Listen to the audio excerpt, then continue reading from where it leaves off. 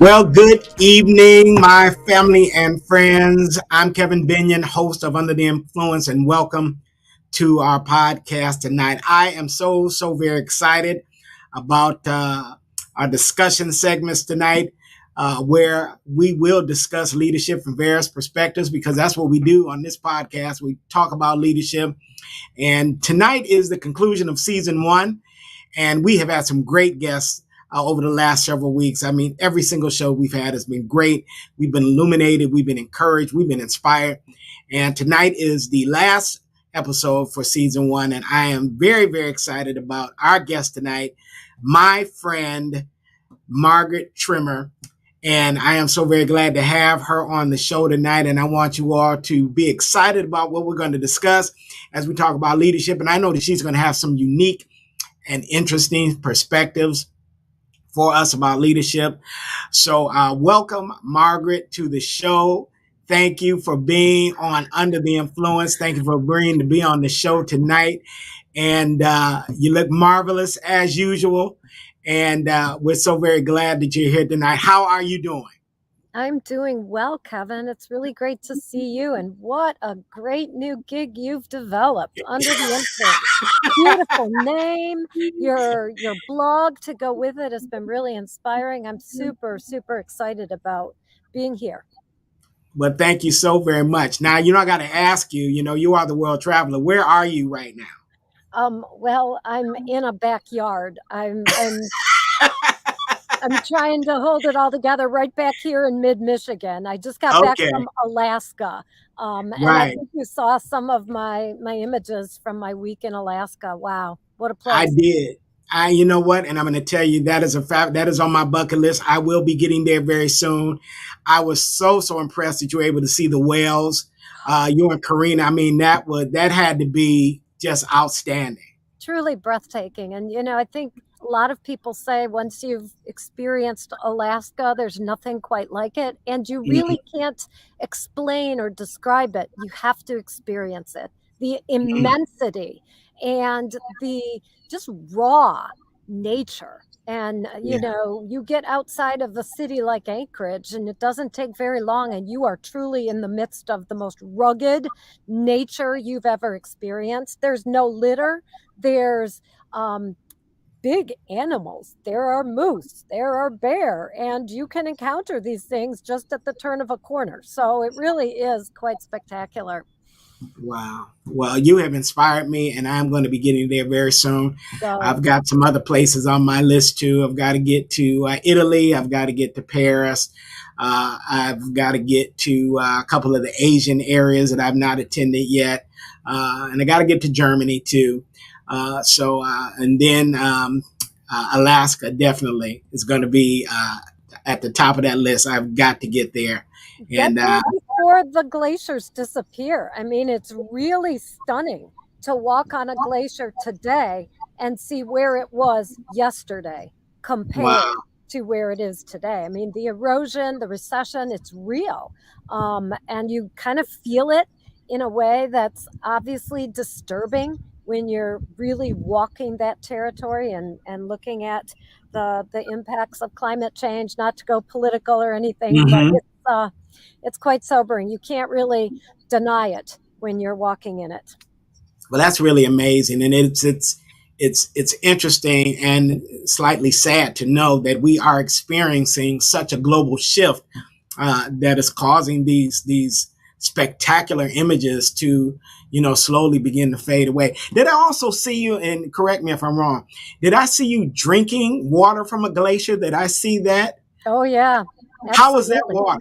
How was that Well, water? I mean, it's the purest, coldest water you've ever tasted. But I have this thing, and I do it with my children. And Karina and I kind of looked at each other, and we knew the moment that we didn't want to forget ever. We wanted to remember for the rest of our lives where we were. So I've always said to my children, see it, taste it, smell Mm-hmm. it, touch it, Mm-hmm. hear it, and remember this moment for the rest of your lives. So that was the taste moment on the glacier. And we smelled the air and we felt the chill and we listened, and we will remember that for the rest of our lives. And yes, that water is cold and pure. Best Wow. water ever. Wow, wonderful. Well, thank you so much for sharing that wonderful life experience with the rest of us. And I really appreciate that again. And I am inspired, and I will be there Do it. very soon. So, Margaret, on Under the Influence, we talk about leadership for various perspectives, and that's what we're going to do tonight. And I'm going to go off script a little bit. I know I sent you some questions, but I'm going to go off script tonight because I just want to feel your energy, and I just want to hear from you, your thoughts. And so let's just talk tonight. So tell me, you have been a part of a lot of leadership groups in your professional career. What have you learned about leadership? Having all of those leadership experiences, what have you really learned? I think the thing I've learned most powerfully is that leadership takes courage and bravery. And there are those who would say, well, I want to be fearless. Everybody has fear. I think that the true leaders understand, recognize, kind of lean into that and courageously, bravely do the right thing. And if you don't know what the right thing is, then you're not steeped in your business. You're not steeped in human integrity.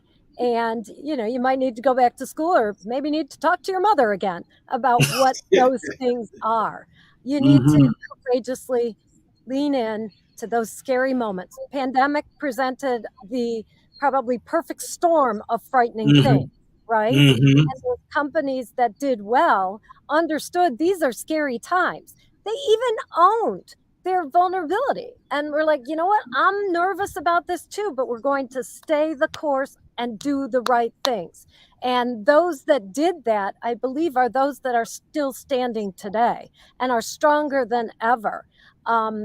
Employees and those who may be in an organization following your leadership, whether a church, whether a business, whether a school, whatever, they respect transparency and courage. And I think those Mm-hmm. are the two things I learned probably more than anything else over the last couple of years, and certainly over the 30 years that I've been working as an adult. Do you see any voids? You talked about transparency and courage, and I agree with you that those are two major attributes of good leadership. Have you witnessed any voids, in our societies in those two areas? Are we seeing the type of transparency that we need to see? Are we seeing the courage? Do we really have the confidence in our leadership that we need to have going forward? Where are you on that? Well, I think I would add a third component that's really important for courage and transparency, and that is trust, right? And I Mm, do believe it is really difficult in these crazy, tumultuous times to trust. Trust that I'm getting the truth. Trust that you have my best interest at heart. Trust mhm, that you understand it's often business first, but in order to put business first, you have to put your workforce right up there, right? mhm, I think trust is sadly lacking, and trust gives you the courage as an employee to take a risk, right? Trust mhm, and psychological safety go together, right? And I don't know that, especially now in these remote and hybrid work times, I don't know that we're trusting and building the bonds and the relationships necessary for true trust to happen, and to be cultivated. And so that's a huge gap that I see, and I'm very concerned about where we are going in the days to come. I mean, we've got difficult elections coming up. We Mm-hmm.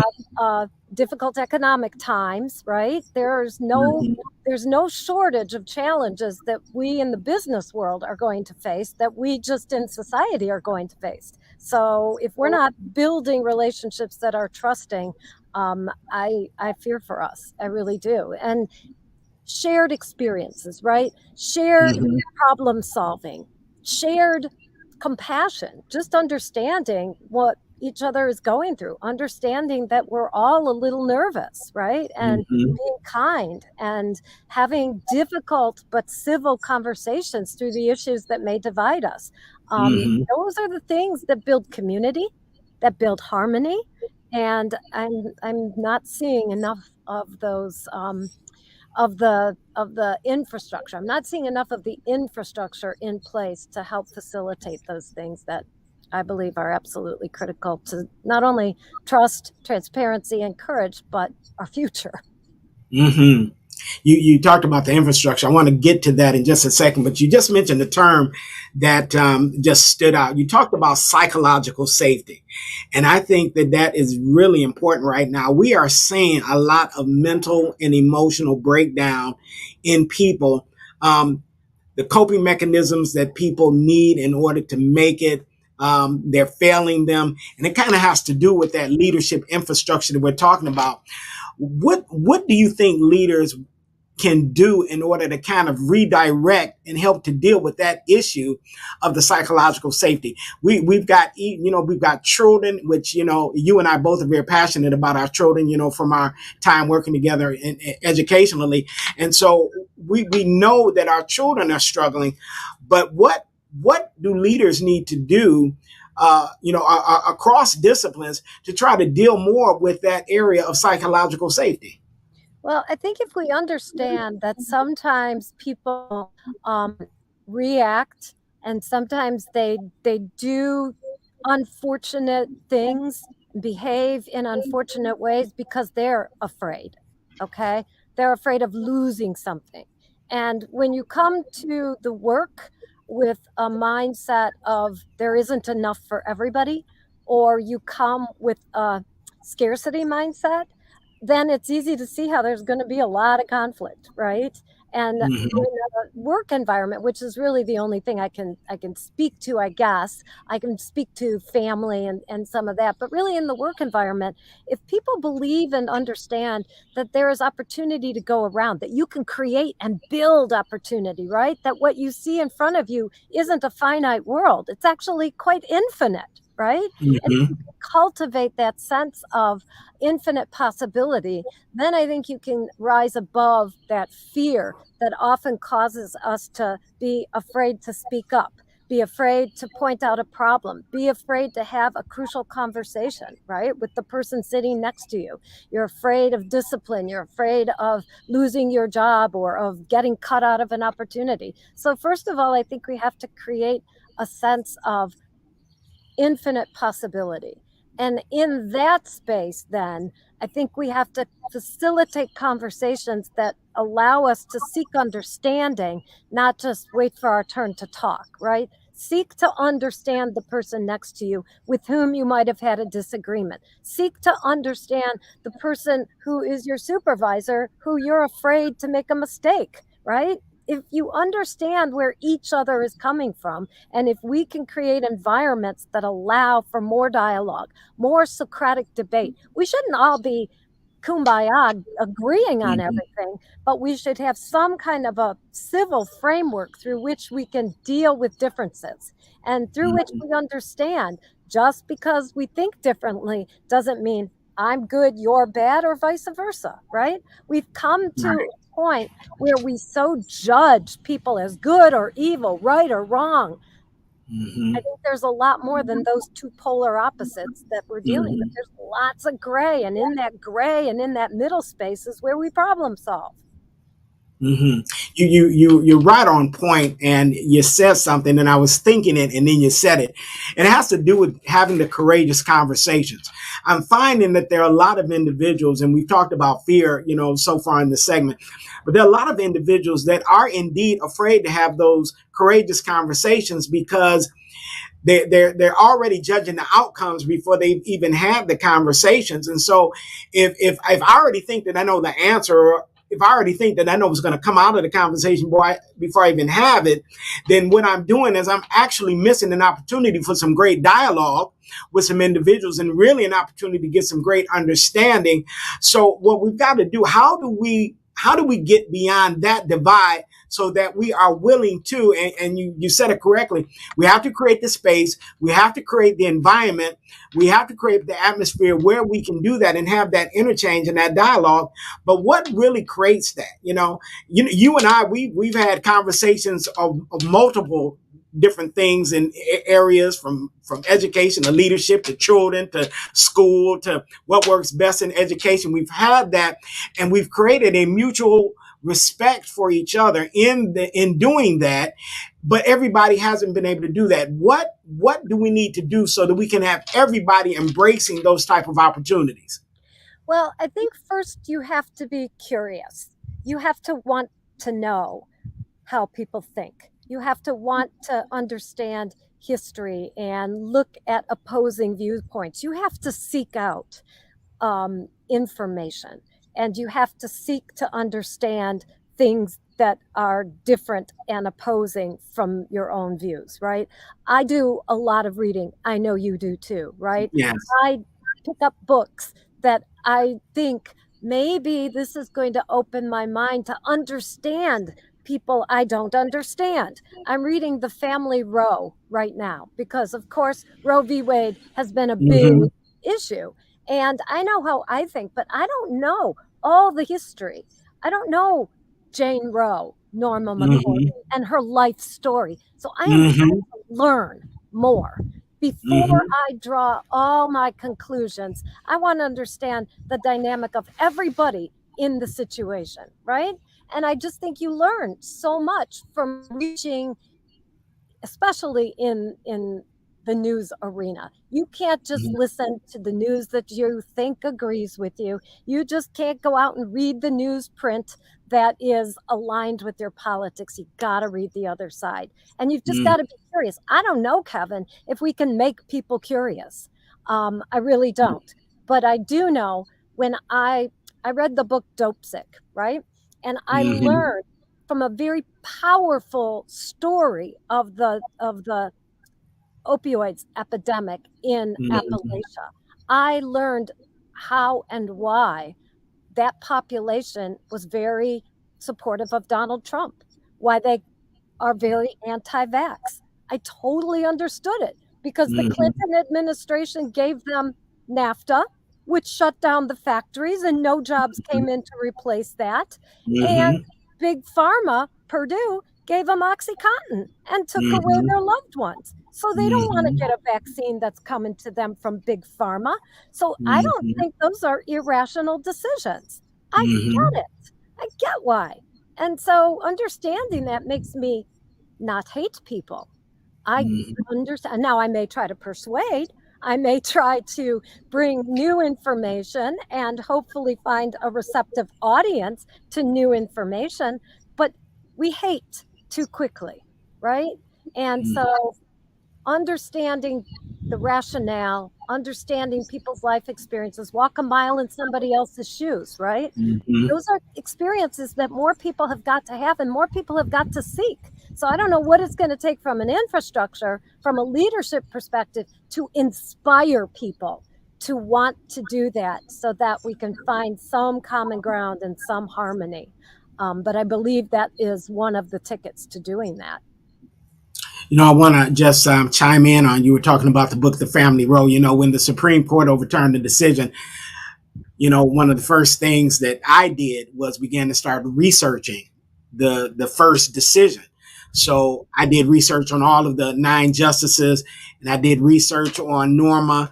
I wanted to understand the history and the background of what drove that decision and what drove her to be an integral part in that whole thing, you know. But I wanted to really have a good perspective. I did not want, and one of the things that I'm learning to really do, in my personal life and professional life, Margaret, is, and I'm learning to get rid of my biases, Same and here. just really, you got to get rid of your biases. I'm learning to get rid of my biases and just learn how to listen to where people are, because we make so many mistakes in judging people, not really knowing who they are, or where they've come from. So my empathy scale has increased Mine 100%, too. because you got to do that. We just can't have these blinders on and continue to go through life and just not think about what drives people to make the decisions that they do. I don't believe that people are that misguided that they just do things just for the sake No. of doing things. There's so much more behind it. And so I read all that, and what I found out was very interesting. But, I also want to talk about, the role that our media influencers and other influencers are playing in shaping not just our culture, but in shaping the mindsets that people have.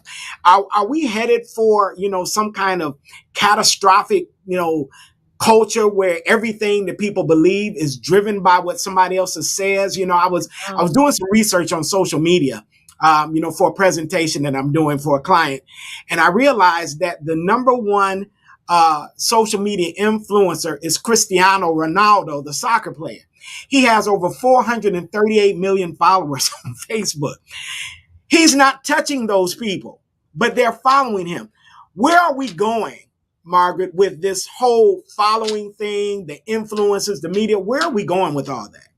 Well, it's instant gratification. That's one thing. In the social media arena, you get a quick response. And I think people have such a short attention span, and we've become conditioned to immediate reaction, immediate response. And if you don't get something immediate, we don't seem to have patience anymore to be thoughtful and wait for thoughtful responses. We just want likes, or we want, shares and things like that, which are not valid as validators of anything other than you're cute, you're quick, you're pithy, whatever, right? You Mm-hmm. put a good meme out there and all of a sudden you're a political commentator, really?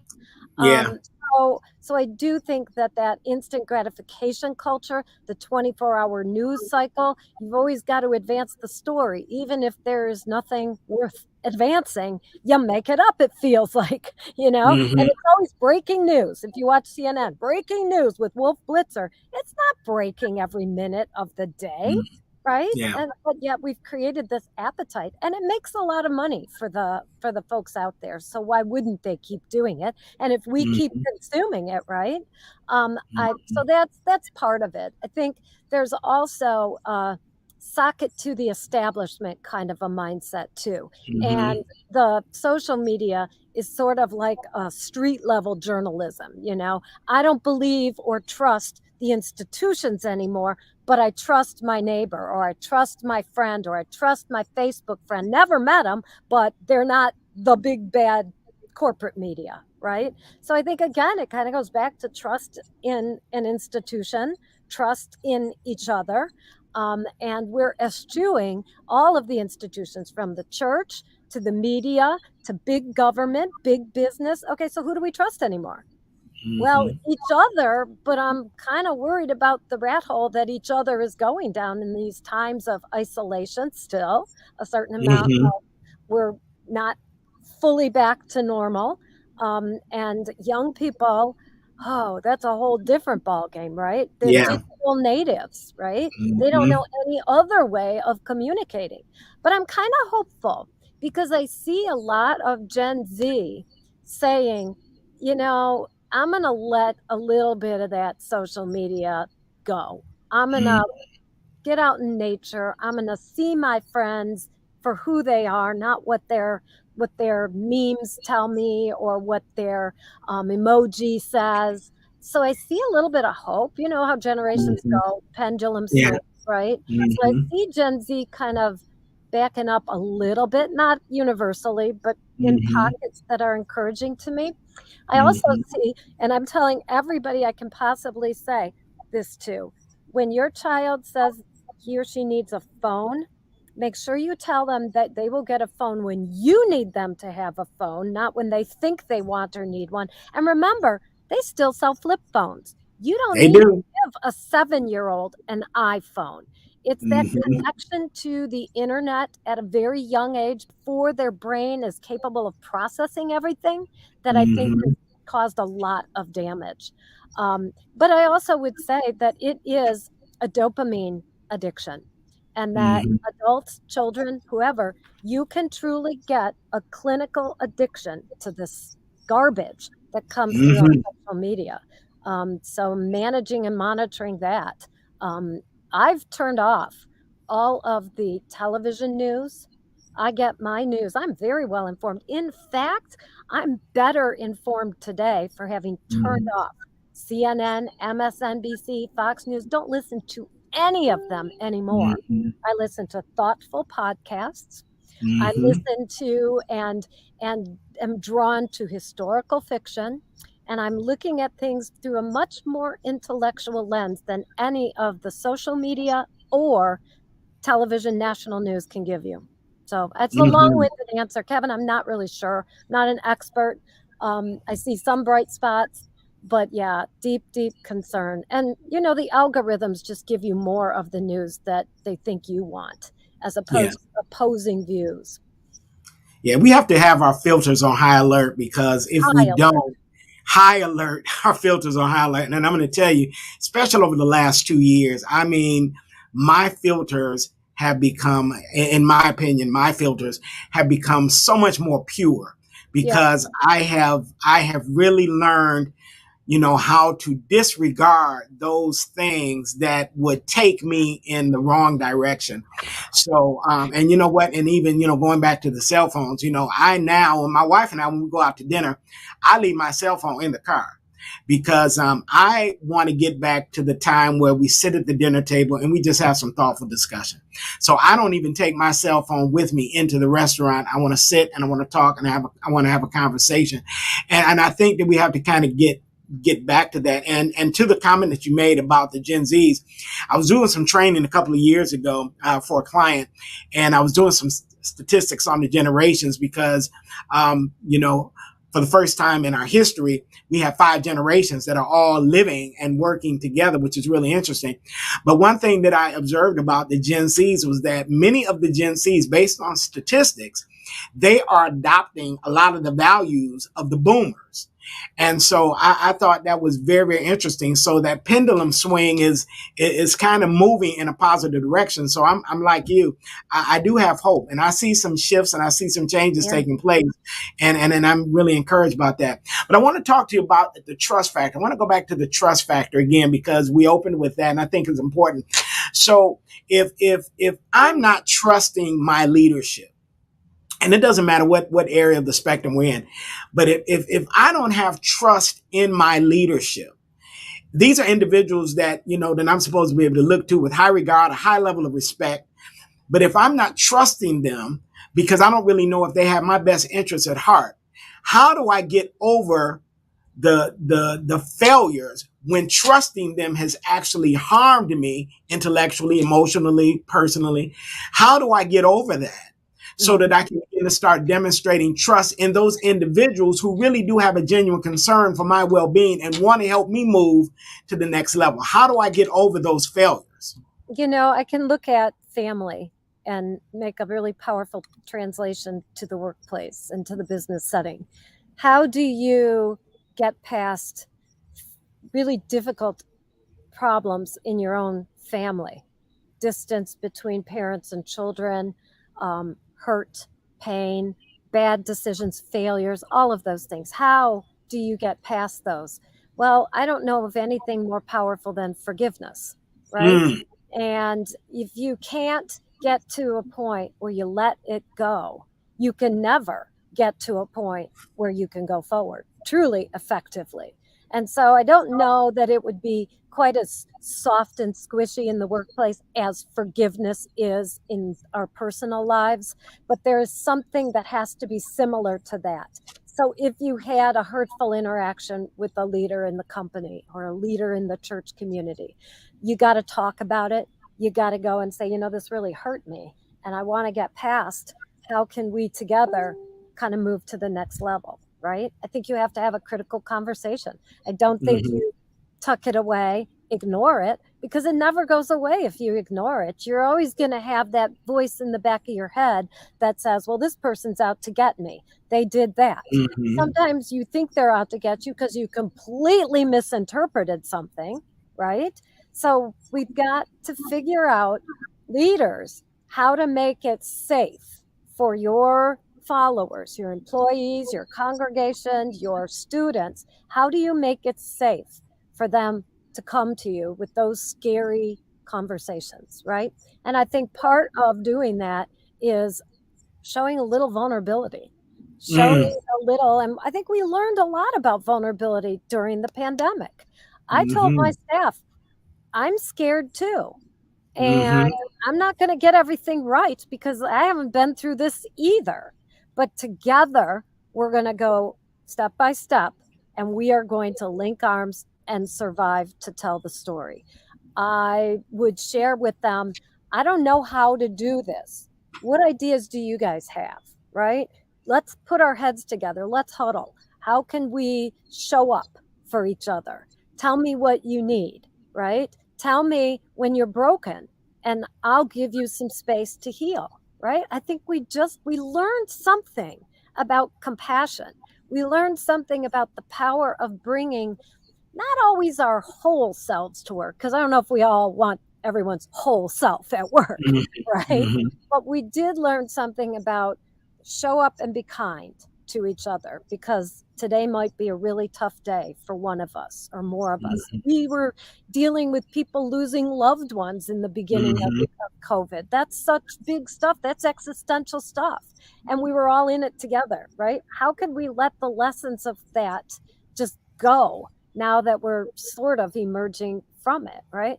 Compassion, kindness, vulnerability are some of the things leaders must model in order for those staff who have felt wounded to feel safe coming and saying, I don't trust you, and this is why.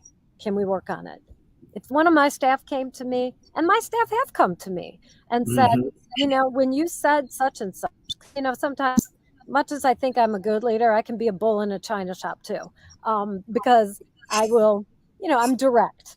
And Yes. not everybody loves the direct approach. They like, Mm-hmm. tiptoe around. I think that's passive aggressive, and I think that's way more toxic. But Mm-hmm. nonetheless, there have been times when my people come back and they say, "Hey, that rubbed me the wrong way. Can I talk to you about it?" And I'm very proud they felt safe enough to do that. But I believe we need a lot more of that. You know how people go, Kevin. Yeah. They take something a certain way and then they let it stew. They get kind of angry about it, and then they start acting on that assumption. Well, Mm-hmm. you dissed me or you offended me, but they never take that offense or that moment of wounding to the person who Mm-hmm. actually did it. And come on, if you'd ever Yeah. have those conversations, but it's the leader's responsibility to make it Mm-hmm. safe for those conversations to happen. And I'm trying to work in my sphere of influence to really get people to take a more proactive approach to dealing with those situations like that. I penned an acronym a couple of years ago, and you've heard the expression. You ask people, why are you short with me? Why are you so short with me? And I pinned that acronym to mean sad, hurt, overwhelmed, rejected, and tired. And there are a lot of people who are short. I was even having a conversation with my wife last night, and she was talking about how overwhelmed she is right now. And of course, she has a new leadership position, in corporate America, and it's taken a lot more out of her than she realized, and she's been overwhelmed. And so, I told her, I said, well, honey, I said, you know what, talk to me. I am your safe place. You can say whatever you need to say to me, and I'm not going to care one way about it. But what we want to do is we want to, help you to get some relief here. But there are a lot of people that don't have that opportunity. They don't have that safe place. They don't have that space of grace where they can do that. And I have talked with many people over the last couple of months that are just there, and they have checked out, and they have just, I just can't take it anymore.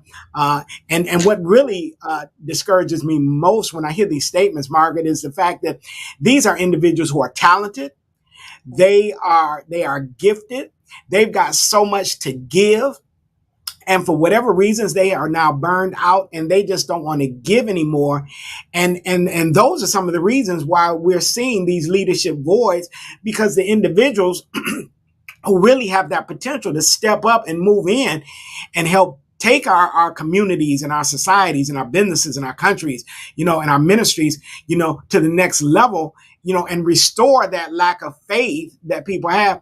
They just don't want to do it. That concerns me. That concerns me because we need these individuals, but yet they don't want to be there. So they're just content to just, stay in the wings, let the wind keep blowing, and we don't have enough people out there now that are as concerned about what really needs to happen. I want to talk about, just that, and we talked about the pandemic and how it brought a lot of people to that place of being overwhelmed. It was something that we never saw. We didn't expect to see it in our lifetime, but it happened. We're dealing with it. Hopefully we're coming out of it. But the overwhelm factor, what does real leadership need to do to restore a sense of, hey, we can get through this? Hey, things might not look the way they used to look 2 years ago, but perhaps we can take some opportunities and make some things better. How can leaders convey that message to people? Well, I think it starts with making sure that the people following you understand the purpose and their place in that purpose, right? Because, when we were running schools, the whole idea was to help young people find their passion and their purpose. Because once you find that and once you lock in on that, everything, even on the worst of days, becomes easier, because it's not just a slog through the volume of work. It's for a higher purpose, right? It's always got to be, in my view, for a leader, you've always got to communicate that this is bigger than me.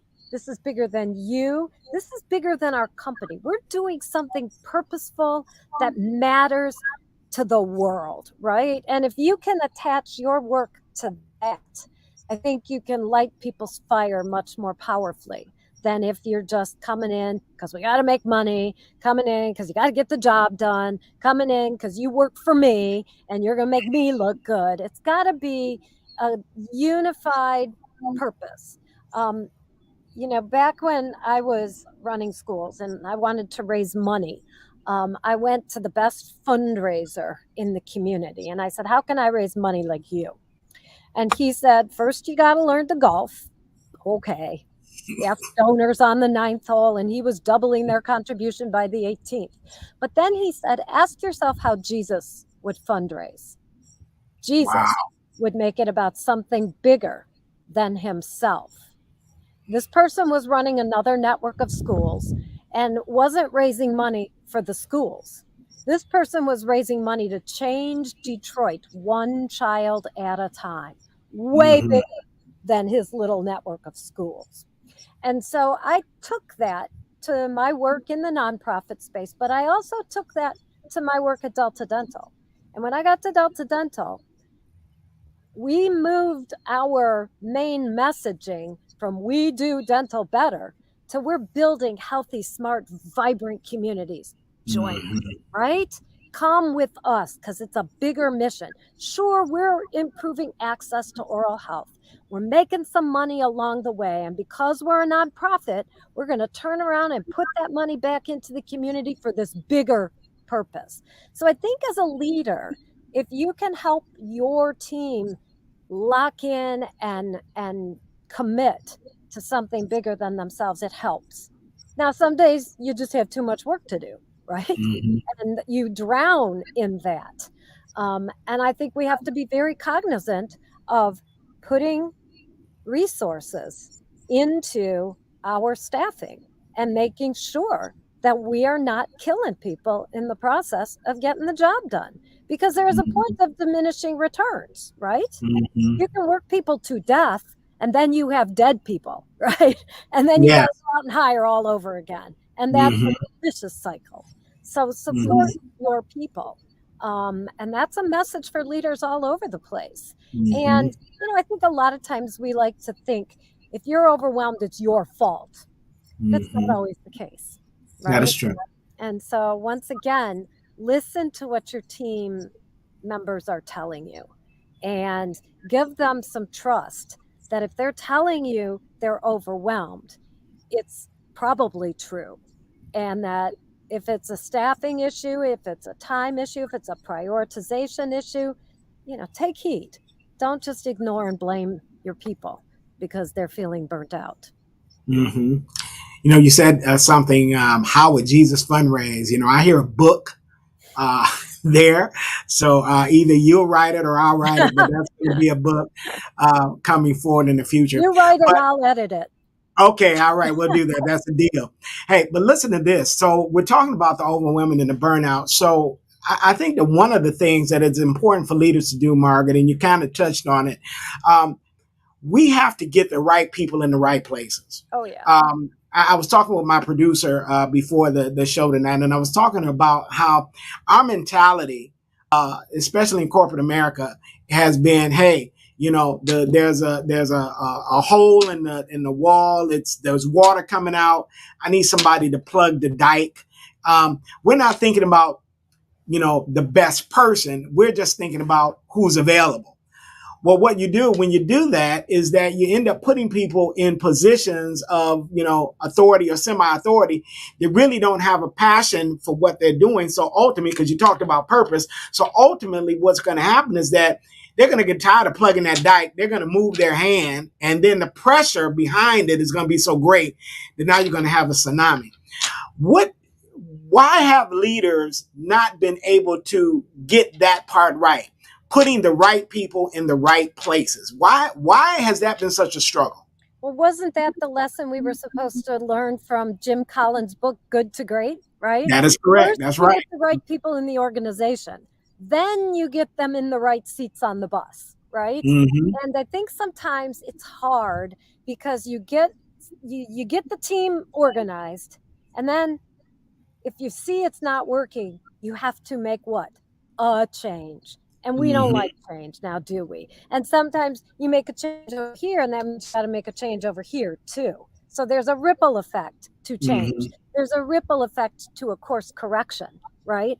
On the other side of it, it's more successful, but you have to be able to deal maybe with some short term pain for long term gain. And I see that's really hard in the staffing realm. You often might have to do some really serious evaluating of your employees. And very few organizations do a really good job of performance evaluations. And they're not Mm-hmm. strategic about their performance evaluations so that they actually tie to an overall strategy, right? So you got to get those evaluations and those employee assessment programs in a good place in order to figure out the best staffing. You also have to not ignore the things that you're hearing and seeing and not Mm-hmm. blame other people. If you see it's not going right, it's your job as a leader to know who are your employees. What do they love to do? What lights their fire? Where do they want to go in their career? And then try to be that guide on the side. If I Mm-hmm. know You want to be an independent consultant in 5 years. And if I want you to be the most effective employee, I'm going to give you a wide range of experiences so that I'm helping you get where you want to go in the next 5 years. So when I was at the Michigan Education Association and I was director of communications, I had a print shop, which was a blue collar environment, and I had the communications department, which was the professional staff. And to motivate the folks in my print shop, I found out where everyone wanted to go in their ultimate lives. And I would try to introduce them to trainings and to programs that would enable them to get there. That might mean in 5 years I'm going to lose them, but the 5 years Mm-hmm. I'm going to have them are going to be the best 5 years because they know this is getting them to the next place. So there's a lot of work that we have to do to develop our workforce, to understand and know our workforce, and to get the most out of them as a result of those two things. I also believe you need to pay people properly and reward them. And we kind of want to do it on a shoestring sometimes. And Mm-hmm. and then we expect that they're going to give their all and they're not going to resent it and they're not going to get grumpy when we pile more on them. Come on. How do you want to be treated, right? You need to treat Mm-hmm. your workforce accordingly. And incentivizing maybe, oh, here's the other thing I want to say. A lot of times we have really poor promotion structures in place. Look at the schools. If you want to make more money, you got to be a principal. You can't be Mm-hmm. the world's greatest teacher and rise Mm-hmm. above a certain level. And a whole lot of teachers do not belong in the principal's office or Mm-hmm. school. But doggone it, you want them in front of your students. So how Yeah. do you make it desirable? How do you find promotion opportunity that isn't necessarily always management, right? Mm-hmm. So we've got to be a lot more creative. That's good, and not only be creative too, and education. The teacher is that is just an excellent example because we lose great teachers in the classroom that can really impact children because they want to make more money. So either they're moving up the educational ladder to a position of administration or they're leaving education completely and going to corporate America because they just can't make the money. And it's so unfair. So But, wrong. and we could talk about that for like a gazillion years. But I want to, just talk about again the development of individuals and helping them to become, their personal and professional best. I mean, we're not, when I go into these companies and then I'm doing this training for these individuals, and one of the things that I hear regularly, and it's like it's not being addressed, is that they don't care about me. They only want me to do this job. They don't really care about me. And it's like, and then if I come back and say, well, you know what, this is unfair. This needs to change. Then the next thing they're looking to put me out the door. Then they're throwing me out on the street because they don't appreciate the feedback I'm giving them because lowly me, I'm not supposed to give any feedback. How do we change that narrative where we begin to start really valuing the people that are really, keeping the doors open? I mean, you look at business, it's not those people that are sitting above the glass ceiling that are keeping the doors open. It's those people that are working, coming in every day, working those 10, 12-hour shifts.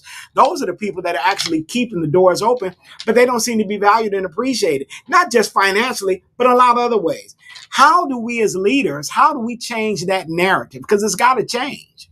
Well, we have an instrument that we use at Delta Dental. It's the Gallup survey for employee engagement. Mm-hmm. And my favorite question on that survey it's phrased like this: I get to do my best work every day. And what that question actually means is I get to work in my sweet spot, in that space where I am super competent, where I'm excited, the thing I trained to do, etc. And again, it kind of goes back to the right seats on the bus, right? If you are attentive to your workforce and you know what their skills, their interests, their preferences, their passions, all of that, and you make sure that every time you dole out assignments, every time you park somebody in a seat to get a job done, that's the best fit for them. That's where they can shine. because everybody wants to make a contribution that is valued, right? And you feel like when you're in your sweet spot, you're working to your potential. That's Mhm. win-win, right? If you can do that for more of your employees. Now, not every day do we get to work 8 hours a day in that Mhm. sweet spot, but if every day I get to touch an assignment that somehow taps into the thing I do best and that you can value most in me, I feel good if I can do that every day. And so I think we need to aspire to that. I think also it's different for a blue collar sector of employees as it is for a white collar professional set of employees. But I do think the principle is still the same. People want to reach their potential, they want to do work that is valued, and they want to be able to be successful. And so that's what that question on our survey means to me. And every day I'm working with my staff to make sure, and it's not a perfect balance on every given day, but I work really hard to make sure that every day you are doing something that enables you to tap your potential. Because wasted Mhm. potential hurts the employee, their morale, and it hurts the company. Mhm. So let's talk about that wasted potential, and I want to go back, because we have history in the educational arena, so I couldn't let this broadcast go by without touching on education and what we're doing or have not done for our children. Do you believe that we are we preparing our children for leadership? I see you shaking your head. So why don't you just go on and run with that for a few minutes? Because again, I might run amok. well, we got to talk about it because again, we're looking at our children, and they're not our future; they're our present. So, are we preparing them for leadership? Well, first of all, I think like Tanya Allen, when she was at the Skillman Foundation, she would, everywhere she would go, she would say, let's ask this question of ourselves: how are the children? Because if the children are not well, the future is not bright, right? Mm-hmm. And how are our children right now on the other side, sort of this pandemic? They are not well. They are not Mm-hmm. happy. They are not engaged. They are being tested to death still. They are not being inspired. They are remote. They don't know how to get along with each other. We are dealing with the proverbial um, SHIT show. Okay. It's really scary. It's really scary. And so Mm-hmm. I think a part of what we have failed to do in education is teach young people about the power of failure and about Ah. the innovations that come on the other side of mistakes and failure. And I think you wonder why people don't have courage in the workplace to take a risk, answer, solve a problem that wasn't necessarily handed to them, right? A lot of go along, get along, check the box, comply, take the test, and get out, right? Mm-hmm. That's not a very exciting future. That's Yeah. not where innovation is born. That's not where you seize new opportunities and build new things. That's a go along, get along, if you're lucky mindset. And I think that's pretty much what the education system is teaching our kids to do.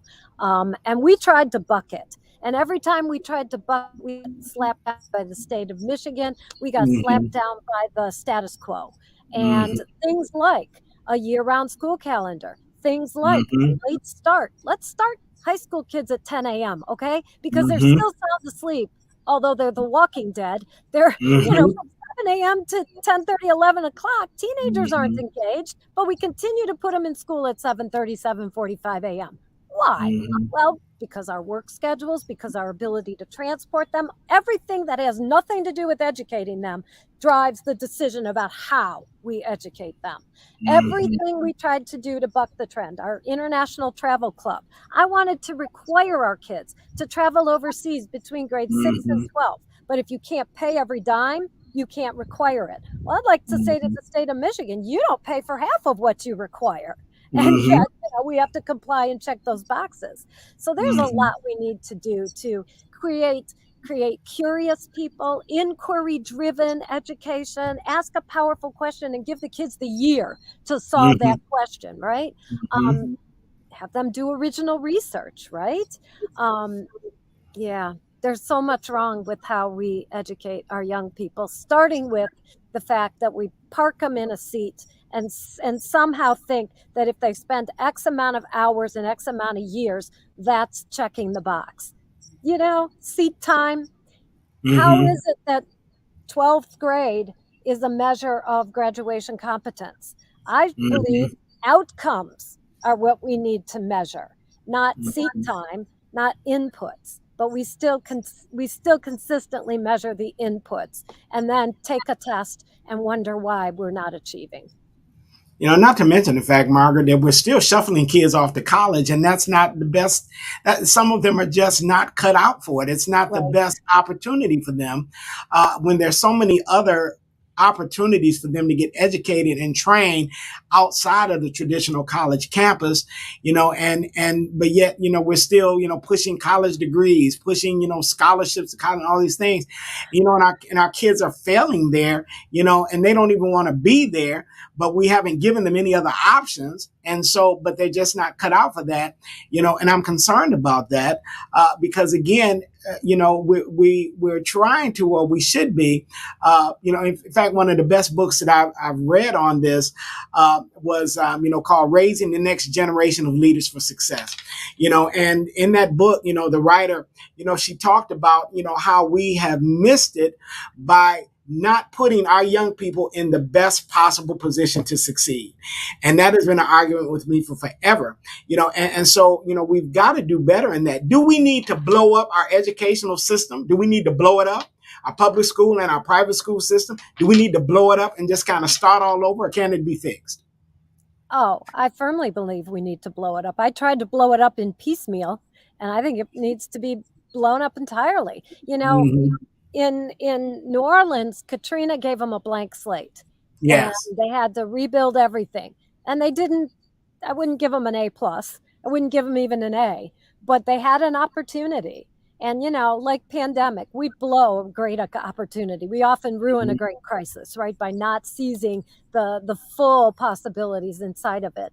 But I would love to have a blank slate and start all over again with our kids and really understand youth development.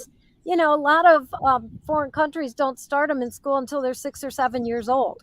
We got to have them in, 3 and 4, and they got to be reading earlier. If your kid's not reading leaving kindergarten, you're freaked out, and by third grade, good Lord, we know that Mm-hmm. that's the destiny is prison, right?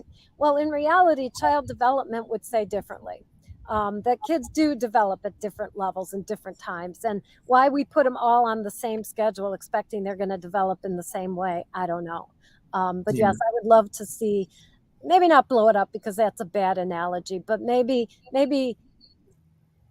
bring a new piece of paper. Let's Mm-hmm. get a whiteboard and start Yeah. all over and see, if we really cared about kids, then we might find out that they end up caring about us and our businesses Mm-hmm. and our world a little bit differently.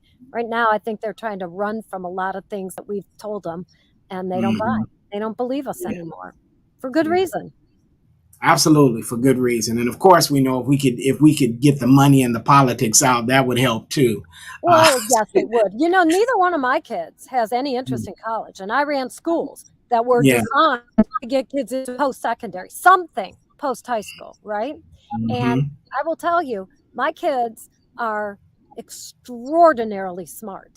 And Yeah. so it's not college that makes you smart. So how Right. can we create an environment where you can get skills that will give you opportunity, but not necessarily plug you into these 2 and 4 year institutions that are going to put you through a lot of baloney to get a lot of money from you and maybe not give you the skills and the credential that you actually need. There should be no one size fits all, right? Yeah. There should be many pathways, and I don't think we value the multiple pathways. Yeah, I'm thinking about this movie that I saw years ago, which addressed that. It was a comedy, but there was a deep message in it that what's traditional education doesn't work for everybody. And so these kids got together and they didn't get accepted to the big time schools, and so they created their own school, I love and it. then they had to defend themselves against the powers that be. against the courts that shut their school down when they were actually being effective. And, and it was, and I forget the name of the movie right now, but I've seen it 100 times. But you are so very right. But Margaret, our time is up. This is always one of the fastest hours on the internet. And boy, I'm telling you, I have really, really, really enjoyed you being on the show tonight. We are going to wrap things up. My producer is telling me, we got to speed it up here. So before we go, how would you like people to reach you? If people had any other questions or wanted to find out more about Delta Dental, what's the best way for people to get in touch with you? I think my email address, which is mtrimer@deltadentalmi.com, or find me on LinkedIn, Margaret A. Trimmer. Well, thank you so much, Margaret. And I'm going to tell you, what a way for us to end season 1 of Under the Influence. And you have been such a delight to be on the broadcast today. And thank you so very much for joining. Thank you so very much for your input. I've had a great time talking with you and sharing. And I hope people were listening to a lot of the things that were being said, because you were right on point. Thank you so much. And we look forward to having you back on the broadcast again in season 2. So thank you. Have a great day. And again, thanks again for being on Under the Influence.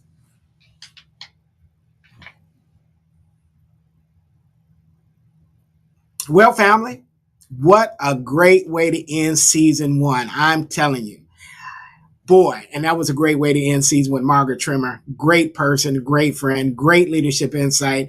That's a podcast episode you're going to want to listen to more than once, because there was so much that was said. We have had a great season 1, and I want to just give a couple of shout outs to some individuals that helped to make this possible. First of all, my producer, Shirlene Dexter Ashley. Want to thank her so very much for her tireless work and effort and being here. Also, our technical advisor, Mr. Marcel Copeland. Thank you very much for helping to put all of this together. I couldn't have done this without those 2 individuals. And so thank you so very much. We're going to be back again in September. This is our last episode for this season, but we'll be back again in September, and we're going to keep talking about leadership and keep giving you more insights that are going to help you and those people who you're responsible for to be good leaders.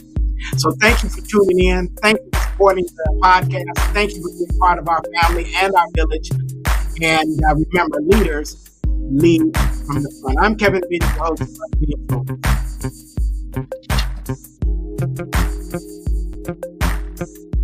Influence.